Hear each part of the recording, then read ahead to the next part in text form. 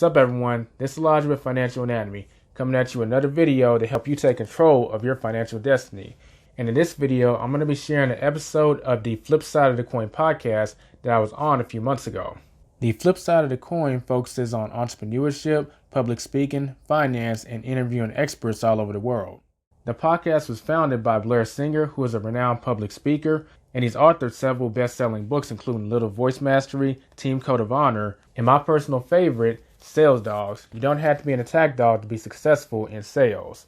Some people don't know this, but my whole idea of using your personality to achieve financial success, your version of financial success, was actually heavily inspired by Blair Singer's Sales Dog book, because in his book he talks about the 5 different types of sales dogs there are, how to identify which one you are, and then you can play to your strengths.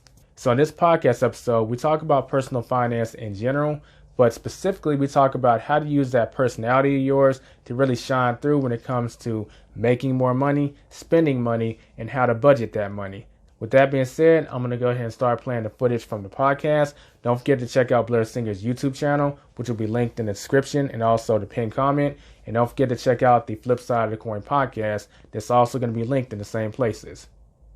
Welcome to the podcast, and I'm really fortunate today. We're all really fortunate today to have today's guest on this call, because as you all know, he and I share a very big pet peeve, and that is that school. The one thing I did learn out of school, and I went to school in Ohio, by the way, grew up in Ohio. I actually learned 2 things out of school. First thing I learned that the weather in Ohio sucks, and I wanted to get out of there as fast as I could.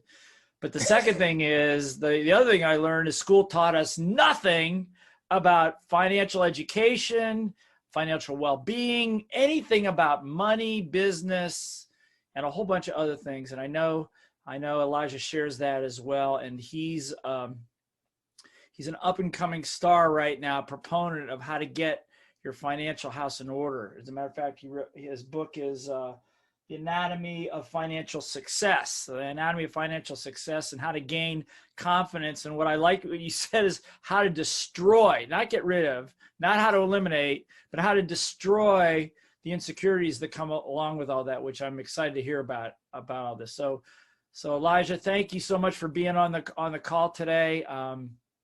Thank you for being here. I appreciate you having me on the podcast, Blair. Yeah, you give everybody a little bit about your background. I would say, before you do, I would say easily what's intriguing about this call too is the span in age between you and I is probably pretty significant. And as I read and listened to your videos, it was really important for me to hear what you had to say, because I think one of the things that goes on is the mismatch between what people are teaching and what people can actually hear and learn and do something with is a big gap. So how did you get involved in doing all this? How'd you get from where you were to teaching? Well, I'm very happy to go into those details. So ever since I was a little kid, I really dreamed about making more money and also making it in a particular way. And then lo and behold, the real world hit. And I started to see that I was facing 2 dilemmas. The first dilemma was I was making money in ways that I really enjoyed, but they weren't bringing in that much money. Then I've experienced the other side of the extreme, where I've actually made a decent amount of money, but I wasn't doing what I was truly passionate about. I mean, I've been self-employed for about 5 years. And prior to that, I used to work for Amazon. I was a PA. And I started to wonder exactly this void I feel inside of me. Like, I felt a lot better when I was making money in certain ways, but they weren't paying the bills. And here I am actually making decent money, and I feel a void inside. Like, is there no way to be truly happy? And then I realized that, no, that's not the way it's supposed to be. You should be able to make decent money and also be able to use your personality to really achieve success, so you don't get that void. And that's what sparked my financial journey. And funny thing is, I actually started making money with my personality pretty well. But lo and behold, when it came to budgeting the money, I was hearing like 5 to 10 different ways from everyone under the sun. It's almost like they're conspiring against me to tell me how to budget my money. So I eventually did find the perfect way for me. But what I realized was that was very linked to my personality. So I developed a system where you learn how to make money, how to budget money, and also how to spend money that's in line with your personality to achieve financial success. Yeah. And I started to become kind of bummed out when I would see other people at networking events, particularly a lot of young adults, struggle financially because it was nothing wrong with the information they were given or they were studying. It just may not have aligned with their personality. So that's what inspired me to write The Anatomy of Financial Success. So you can find out first find out what is your personality, what's your strengths and what's your weaknesses, and then develop tactics when it comes to making money, budgeting money, and spending money around your biggest asset, which is your personality. Well, yeah, and your personality can be an asset if you're in the right environment. It also can be a big liability, like you said, if you're trying to force yourself like a round peg into a square hole. I mean, that's not going to work. I mean, you and I talked about before this, way back when, first book I wrote was Sales Dogs, was the same thing. For entrepreneurs, we always say that sales is your number one skill in business, but you don't have to be an attack dog to be successful in sales. There's like you say, there's different personalities, and when you can find the best, what's conducive to you, what you're comfortable with, you're going to actually have more energy, more enthusiasm. You're going to want to study more, and you'll just obviously do better. And I'm a big proponent of, it's not just the technical side, but it's also the personal development side, which you focus on both, right? Explain that a little bit. I mean, it's a little bit about your personality, but you also have to have the techniques, right? Yes, definitely. So you have your personality that you work with, but you need to lay a path towards self-development too. So every person has, based on their personality, a certain type of income that's best for them to pursue, a certain way of budgeting their money that's very good for them. And also, we want to make sure we're covering our basics as far as making sure you have investments selected, making sure you're covering all your bases. So the way you marry that talent to self-development is really ironing out exactly what are your strengths and weaknesses. So I'll give an example. Yeah, I'll use me as an example. Based on my personality, I'm very good with technology.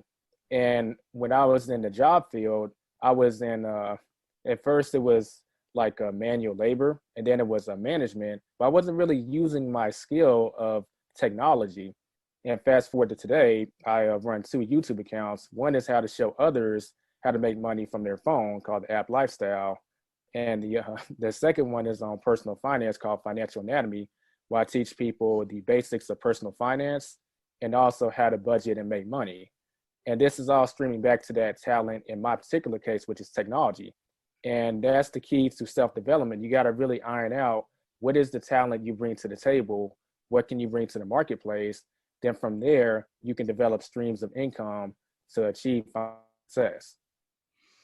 Well, that's brilliant. So what do you think? I mean, you say very often in some of your videos and I'm sure it's in your book as well, which I have ordered, is that my generation or other generations say, look, this is how it's done. This is what you got to do. You got to be disciplined. You gotta go, follow step 1, 2, 3, and 4. But clearly like I said, there's a gap. And there's a gap in the way that we learn. There's a gap. First of all, the one thing we have in common is none of us learned anything about finance. So each generation's had to figure it out on their own in whatever way. But what do you see for young adults today? Because you've been you work with Amazon, I think Whole Foods, you work with direct sellers and network marketers, and now you've got your very popular YouTube channel with lots of subscribers. What do you see as the big gap in the way we learn, or in the way we learn financial literacy, for example? Of course. So the big gap, and it really starts in high school and it goes into college, but we're taught a lot of subjects in high school, but the problem is finances is mysteriously kind of omitted, which is interesting because those are the skills we'll need in the real world. Like if, let's say, even if you go to college, unless your major is business or accounting or something in the finance sector, you're not really required to learn any financial education, which is interesting. I always say that financial education should be like one of the basics, but it's not. And with that being said, we have to take it upon ourselves to seek that financial education. And nowadays, the internet is a great means of seeking it, but we also have to develop a filter, because if we don't develop a filter, in this case, that's going to swing back to our personality, then we could try a bunch of ways on how to make this financial thing work for us. And we can end up in a quagmire for quite some time. So the biggest gap that in my particular case is I saw information online through books.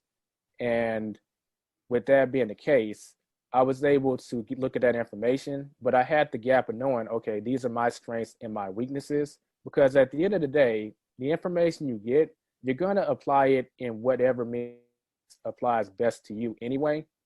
You can just amplify that process if you know some weaknesses. Then you can develop things around that, and that's how you'll achieve financial success, whether it comes to budgeting, making more money, or spending money. Yeah, you see, and I like what you did. You boiled it down to three basic areas: is making money, budgeting the money, spending the money. You know what I'm saying? And so a lot of times get lost in financial freedom, because we talk about that a lot. Financial freedom. It's like, whoa. Before we get to financial freedom, let's get to some basics.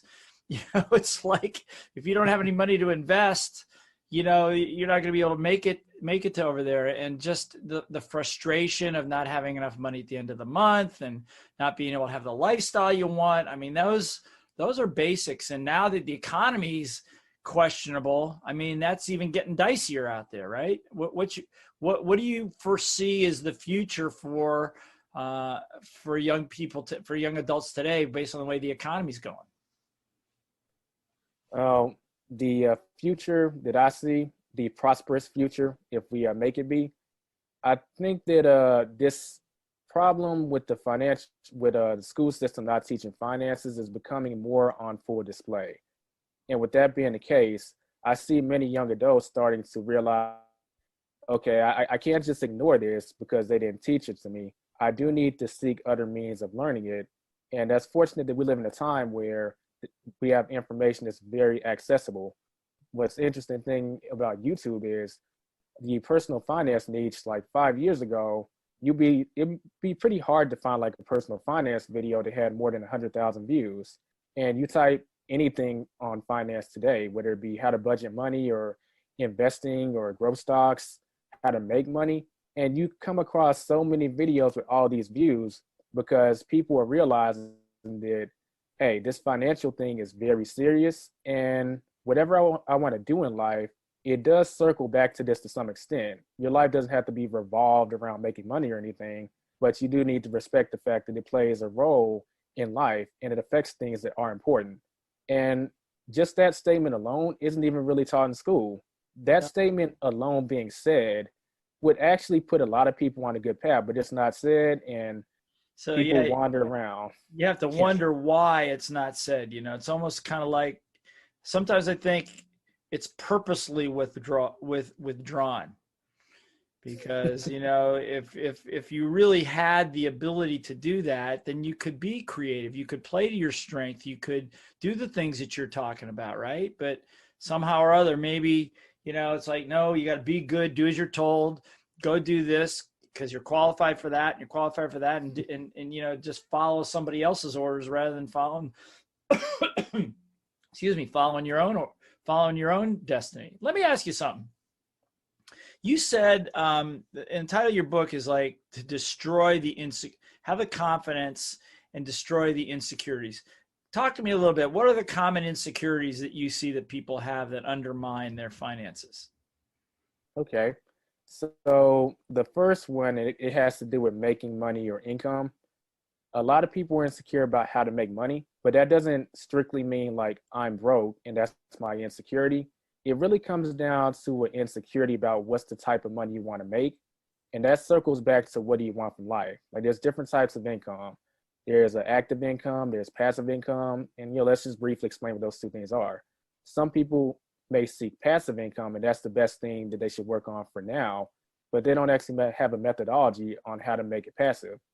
And you have some people, they really enjoy the thrill of getting out there and making more money. They need more money for whatever reason. And passive income isn't the best income for them because that's something that might take a while to build slowly over time. They may want something faster, which goes into active income. And people don't have they don't have a means of distinguishing exactly what's the difference between the two. So and this happens in network marketing all the time, I hate to say. But a lot of people, they seek the income that maybe they don't need in that moment. Like they're really focused on making passive income, but rents do, and they really should be focusing on active income and vice versa. And that's just an example of that insecurity comes out in various ways. And then we go to budgeting money, and many people, a budget is simply a plan for resources or for money. And if you don't have a means to lay that out, by default, you're going to be insecure. So everyone needs to cover the basis, which is expenses, savings, spending money on yourself. You don't want to go crazy, and investment. Mm-hmm. So Elijah, you talk about there's like 6 personalities, and you saying that one of the ways to eliminate some of those insecurities is to know your strengths and weaknesses and play to your strengths. So can you give us an example of a couple of those personalities and then how it would apply, let's say, to making money? Okay. So I'll give you an example of the personality, which is known as the builder in my book. So the builder is very good at using technology to achieve results. And in terms of income that's good for the builder to pursue, it's based on an emotional strength that he has, which is he has the ability to delay gratification. So he can work on various projects making money. And when results don't happen immediately, he has the ability to delay gratification, which is great for building steady passive income. So with knowing that that person has that emotional strain, they can use that to their advantage by finding streams of income to build in that manner. Now, let's take that to a different type of personality, which is the sniper. The sniper is a very active personality, and the best income type for them is making money, active income, and it's not so much steady, it's unsteady. They want the sky to kind of be the limit. And with that being the case, a great income to pursue is actually the unsteady active income, because they can make as much money as they want as long as they're willing to put in as much work as they want. So that's a good example of, in terms of nailing them to those personality types, everyone has a particular income they can work with. And same goes for budgeting techniques and also spending money. Yeah. So at the other end, so we got the builder, we got the sniper. I like that term, by the way. Is that so like on the budgeting side, because I know for a lot of people, personal finance, it's like budgeting is I got it. I'm a good budgeter at the beginning of the month. Second week, I'm not so good. Third week, I'm really bad. Fourth week, I'm a disaster. Why is that? So, a big reason is they haven't outlined the budget for the month. And when I say outline it for the month, I mean make it as automatic as possible, and also get software that you can use to budget. Like a good example is Simple. Simple is a bank, and it allows you to do strategic management and put goals in place. So you can name goals. Let's just use the 4 standard things: investments, expenses, savings, and investments, savings, spending, and expenses. Sorry about that. And you categorize your spending based on those, and you can have it so that money is set aside in those each areas and is spent accordingly. A lot of times we're not using the advantage of modern technology so that we can use it to automate the process and keep track of things. Right. So, but how's personality play into that? You say different personalities budget differently, yeah? yes. So based on your personality, two of those four that we just mentioned is going to be your emotional strengths. Uh, So you spend money on that automatically. It's not a challenge for you. And two of them are going to be, for whatever reason, you have trouble spending money there. You may be kind of hesitant, and whatever reason, it's just not your cup of tea. So with that being, I'll use myself for an example. So for the builder's strengths when it comes to budgeting is investments and savings. So set those on autopilot and have things outlined as far as what you want to invest in. But the builder's weaknesses are expenses and self-spending. So with you knowing that, you need to make sure that you spend those money on that first so you can start building that area up. Because the other two you tend to automatically spend money on. But the last two are the ones where you struggle. And this is where it comes to, I knew I was supposed to spend money in this area, but the months ended and now I'm having problems. But if you know you have problems with that area, you can make sure you take care of those first. And your two strength areas, well, you're not going to have a problem spending money there because you already do it by default. You feel right. strange if you don't spend money there. That's right. Well, that makes sense. You know, you're just going to put off the ones that are uncomfortable for you until it's too late, and then your budget is empty. So I understand what you're saying. So, like I said, I'm, you know, as you know, I wrote a book called Little Voice Mastery. How to, you know, a little voice between your ears, how to win the war between your ears. And I think that what you're talking about is really unique, and I think it's powerful because it's a combination of mastering your strengths and weaknesses, which is part of that little voice stuff. But it also sounds like, and unfortunately I haven't read the book yet, but some real practical things of here's what you should do. So if you're this, do this. If you're that, do that. You know, rather than leaving it up to the reader to kind of guess, very practical ways to spend, to invest, to make money, and those kinds of things. Is that what the book's about? Definitely. It's a blueprint for financial success based on your personality. And there's not a guessing game.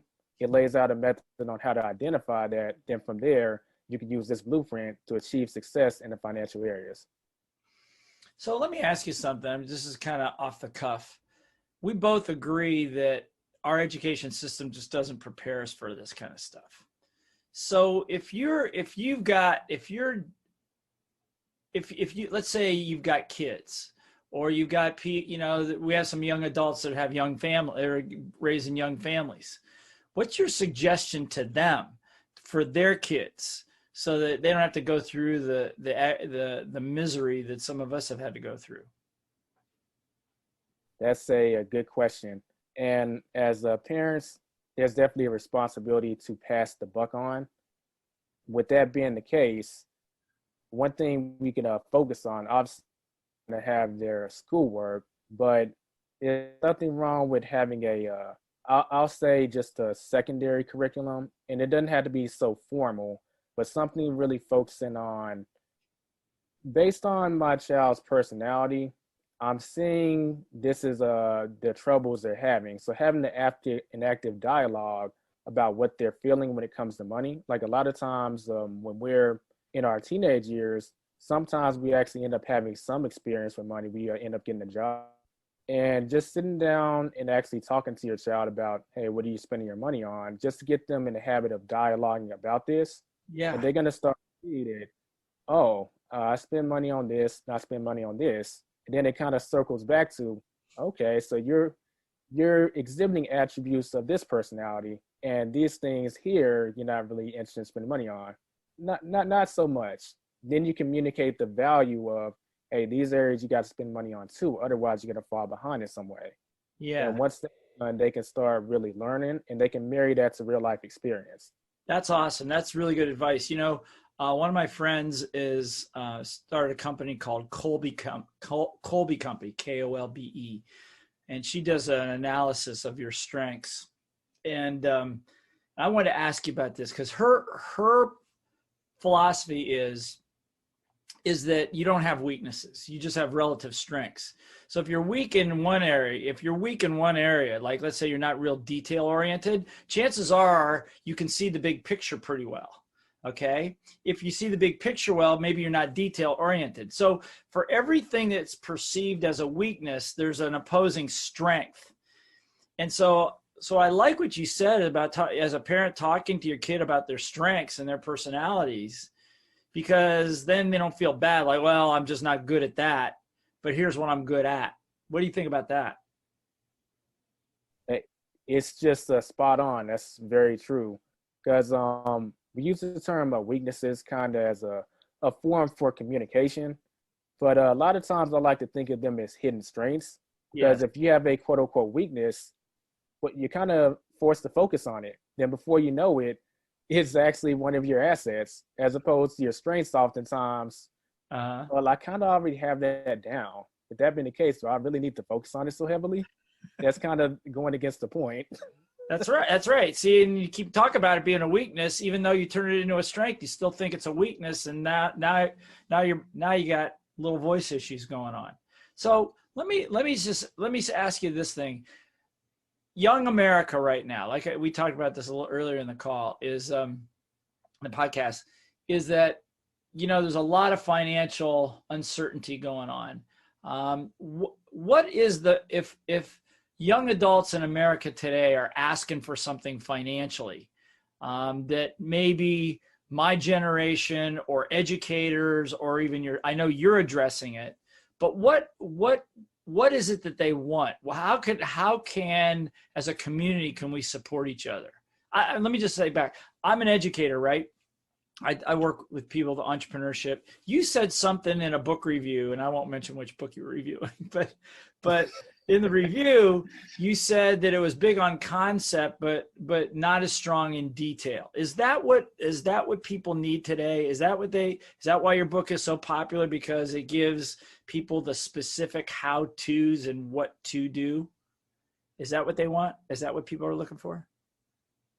I would definitely say yes, especially in this day and age, because it's getting to a point where we all know what the problem is, and that's good. For so long, there wasn't an awareness about it, but now it comes down to, okay, I know what the problem is, and I need to map out a methodology on how to address this problem. And that's when there needs to be a gradual shift from conceptual to the details needed to lay out a methodical way to address the problem.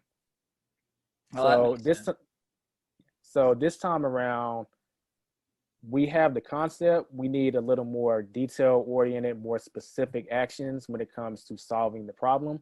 And I would like to say that I've seen a lot of things on many fronts. It might be biased, but I would say that I'm addressing it too. But in general, I'm seeing a shift towards more detail. And it's a beautiful thing because I can tell people really see the problem and they're sincere about fixing the problem.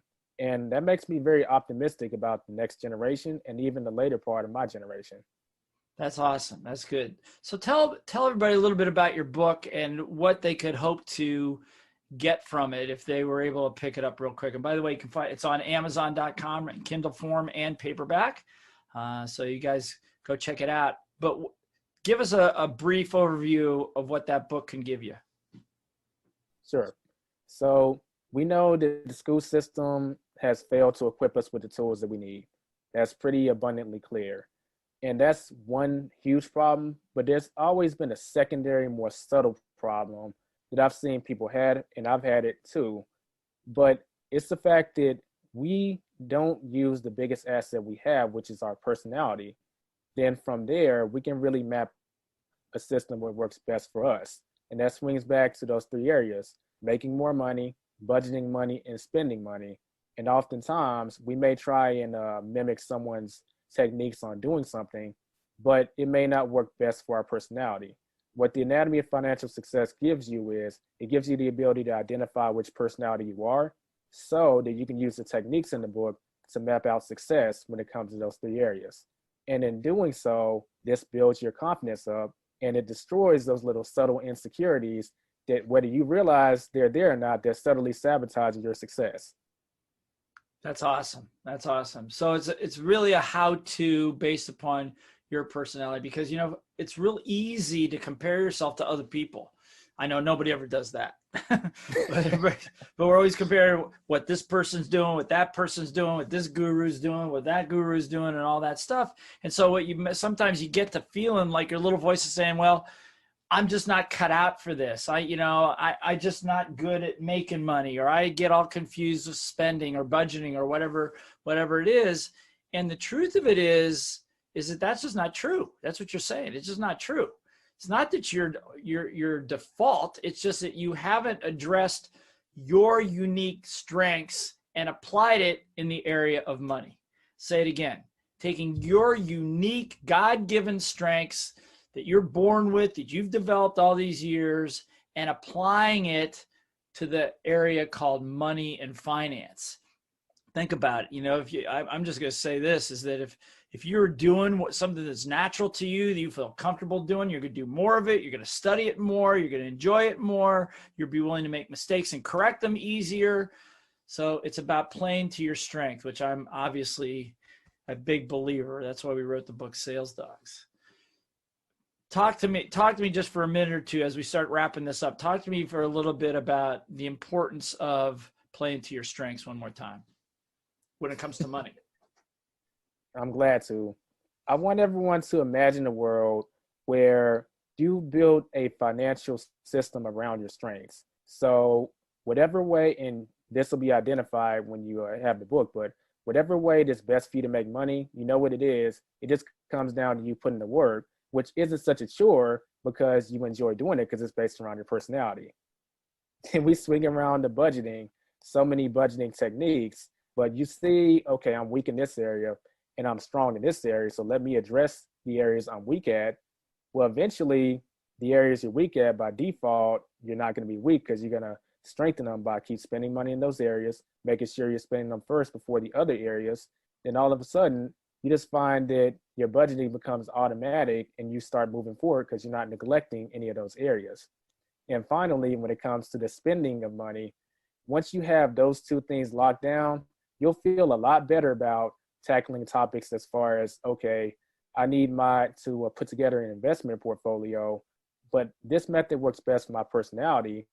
Let me go ahead and use that. And then you can just keep moving forward in every area of finances. And like I said, that insecurity that's just kind of been there, it's been kind of like not wanting to address the elephant in the room. It's just going to subtly vanish. And you're going to realize the heavy burden that was on your shoulders. And whether it's a lot of people may actually be able to, they may be able to achieve a level of financial success, but they're not living up to their full potential and living the lifestyle they want because they can't leverage that personality. And what you're going to be able to do after this is use that personality to have that financial success so that you can feel good in both spirit, achieving your financial goals. They do not have to be separate. Let's get them together.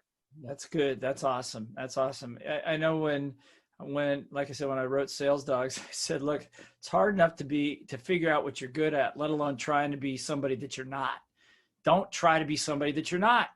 That is the key to misery, frustration, and it'll crush your spirit. I mean, I'm really glad that Elijah, you wrote this book that really hits home to I think the thing that everybody needs to be reminded of. We all have strengths, and if we apply them in the right direction, you don't really have weaknesses. You just have relative strengths. And so you have the book, the anatomy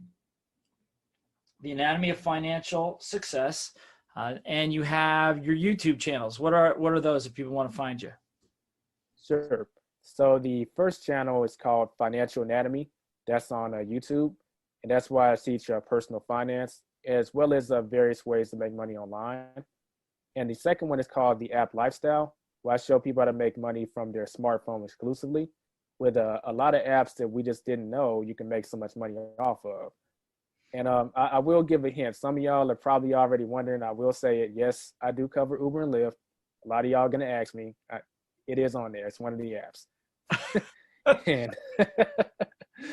And I also have a website. It's www.financialanatomy.net. And you can go there to stay up to date as far as the latest videos and also the latest information that Financial Anatomy is producing. Well, and the other thing he does too is I watch your review. You review financial books and financial information from other authors and other people too. And that was really helpful. If you want to research more and find out more about the subject, Elijah is not only a great teacher, but he's also a great resource to network you with other things that will support you. So I got a few final words, but what do you want to say? What's the message you want to leave with the world right now? I like to leave with the message I say at the end of anything about financial anatomy. My emails, my YouTube videos, I always say, get out there and take control of your financial destiny. That's it. Because to what you also said, it'll make you happier and it'll give you the lifestyle that you want. Don't get distracted. I agree with that. Don't get distracted by the big golden goose, the big trophy way out in the distance. Get your financial house in order, and that'll come soon enough. Making money, budgeting it, spending it. The three basics, man. I love it. So thank you so much, Elijah, for being on the podcast. Again, go to his website, go to the YouTube channel, pick up the book on Amazon, and get your financial house in order, doing it your way, your style, the way you were meant to do it, not the way somebody else tells you to do it, not the way I tell you to do it, not even the way Elijah tells you to do it. You do it the way that you do it, the way that comes natural to you. Because I can tell you this, after being in the training business for many years, is that if you do what's natural to you and focus on that, as Elijah so brilliantly points out in his book, you will succeed and you'll be happy at it. And at the end of the day, that's what counts. Right, Elijah? Most definitely. That's what counts the most. That's it. All right. Well, thank you so much. And I look forward to talking to you again sometime in the future if you're open to that. I'm definitely open to it. All right. Thank you.